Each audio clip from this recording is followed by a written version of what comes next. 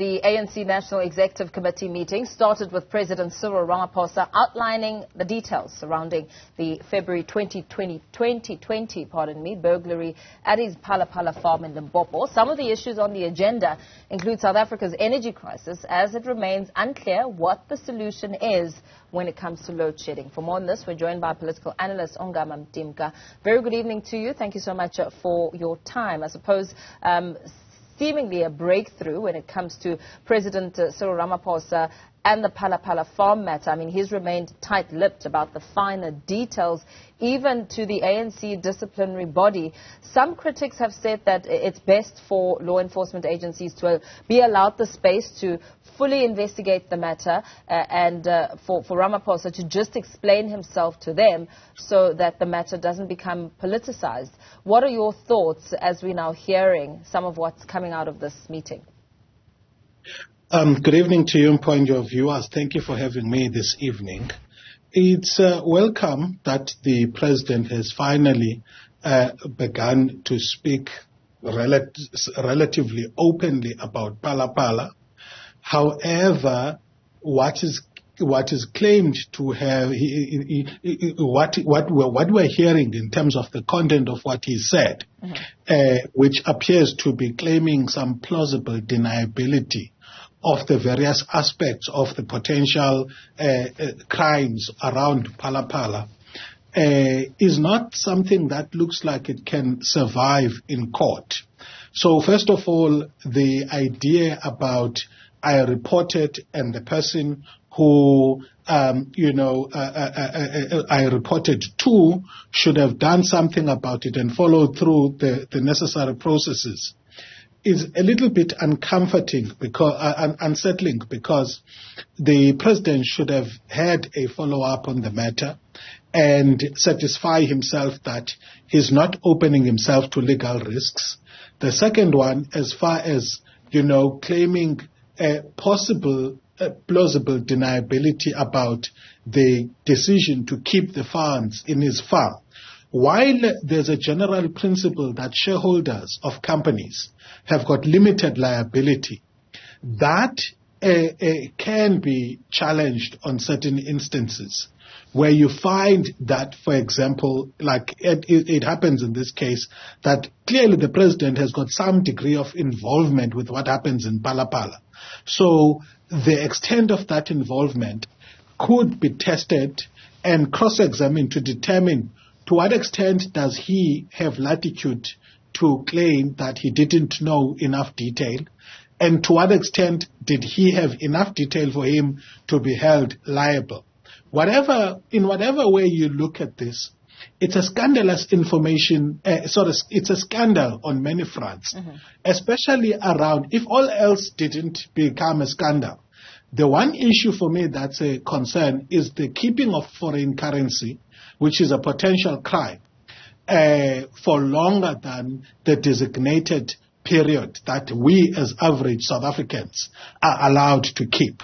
And the decision, which is, what has apparently been questioned by Dr. Nkosazana Dlamini Zuma, around this issue of, if this money was clean, why opt for stashing rather than banking or even a safe? That is a safe for that matter. Even if that, as far as keeping foreign currency point of view, would have still be a subject of some legal risks, why decide to stash instead of banking the money? In fact, as you speak about Dr. Nkosazana Dlamini Zuma, we, of course, learning that she is one of the members at the meeting calling for the president to apparently step down, and saying that he should step down so that because he needed to show that he respects the ANC step-aside resolution. Where does it place this resolution in the midst of this scandal?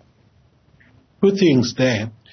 The step-aside resolution was approved, and the guide as to who should step aside was those who have been officially charged in courts of law. Now, only Ace Magashule have I heard challenge the criteria and how it was reduced from the broader ANC Rule 25, which talks about acts of misconduct and bringing the party into disrepute, which raises political, ethical, and moral rationale reasons for one to step aside. Only Ace Magashule has spoken. Everybody else has spoken about the need to scrap the rule. What principle that was based on didn't seem to me that for the fact that it dropped the bar to the issue of legality as opposed to the whole bringing the party into disrepute. So what I watched was that everybody in the anti-Ramaphosa camp is calling the president, who's not been officially charged, to step aside, when in fact they have not complained that the rule excluded a lot of acts of misconduct when the requirement for one to be charged was passed. What they have been pushing for is a scrapping altogether of a step-aside rule. So notwithstanding my calling of their hypocrisy in this instance, I'm also one of the people who feel that the rule was wrong in the first place, not the principle of a rule itself, but the idea of tying it to judicial or prosecutorial processes. It should have been applied the same way that Kgalema Motlanthe in introducing rules for the Electoral Committee has done. So the Integrity Commission really cannot call for the president to step aside on the basis of the current rules. It can raise the issue that the president has actually brought the party into disrepute, and if the rules allowed it, he should be asked to step aside. But in terms of the current framework of rules that it operates by, it doesn't have that latitude. The committee that does have that is the Kgalema Motlanthe committee in relation to pre-qualifying names for the conference, and not necessarily around issues of stepping aside. You say it doesn't have that latitude, yet, as you speak about those who are seemingly for and against, as the debate around Phala Phala is underway, what's being reported is that the disclosure was not welcomed by all, including the likes of Tony Yengeni, heavily criticizing Ramaphosa, suggesting that he step aside, and on the other end, his close allies, Minister in the Presidency Mondli Gungubele, as well as Minister Naledi Pandor, speaking to a different matter, fiercely defending him. Where does this now put factions at play? Sure. Yeah.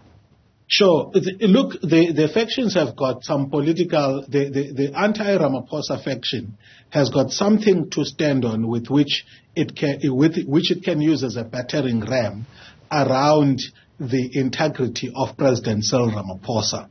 However, I would like to apply my mind to the matter beyond the factional positions of ANC politicians.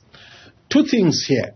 The president, in being embroiled in a scandal of this nature, should, in my view, not be running for office. Because it's just an indefensible scandal. No South African would get away with keeping foreign currency.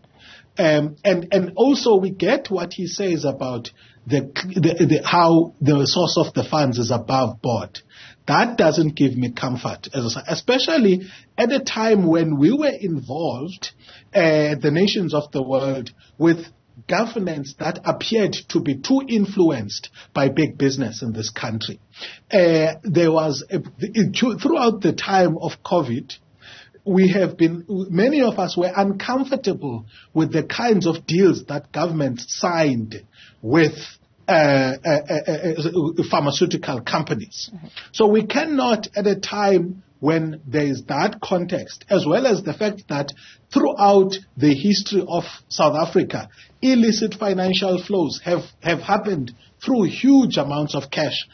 So we can't simply accept that unless the claim of a purchase, unless there was proof of it.